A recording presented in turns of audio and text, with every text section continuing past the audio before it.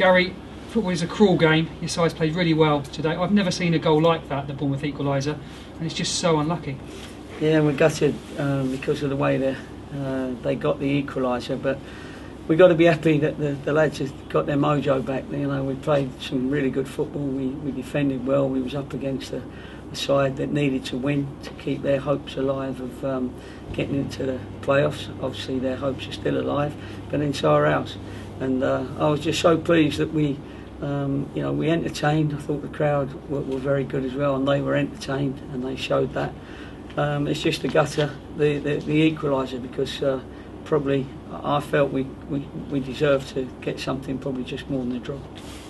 Because your players could do nothing about it. I mean, Byron Webster's gone to, I think, clear the stand with his clearance. It's hit the guy in his chest or his face, looped over Marek. I mean, you can't blame your players. It's just a complete freak, isn't it? A complete freak. You know, there was only one place where that ball could have gone in, and that was in the sort of top far corner of the net where Marek wouldn't be able to reach it. So I can't dwell on that because I'll end up definitely slashing my wrists or something. So I'm going to go with the positives and say that we really played well today, and I was really pleased with the work rate, with the quality. We played some good football, and you've got to defend well against Bournemouth because they got some very good players that try and outrun you, try and outplay you. But we matched them in every department, I thought, today, and there was a couple of fantastic performances. I mean, not only was Kiefer Moore's goal a great goal, but he had a complete game today, and I'm really pleased he showed people that wasn't sure about him what I was seeing in it.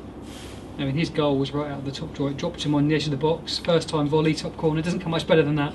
I've been telling him to shoot more because in training he's the best striker of a ball at the club, and the goalkeepers don't like going in goal when he's smashing balls at them. And he had an effort just before that went straight at the keeper that stung his hands. He couldn't keep hold of it. So, you know, he needs to get into them positions more to have strikes. But I was pleased with Palazuelos.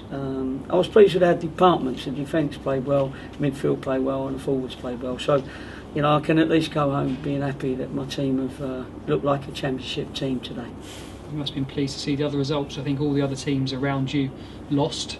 You're a point closer to that safety line, 5 points. Yeah. So, I mean, it's been a decent day. It could have been better, but in the overall picture, you are a bit closer.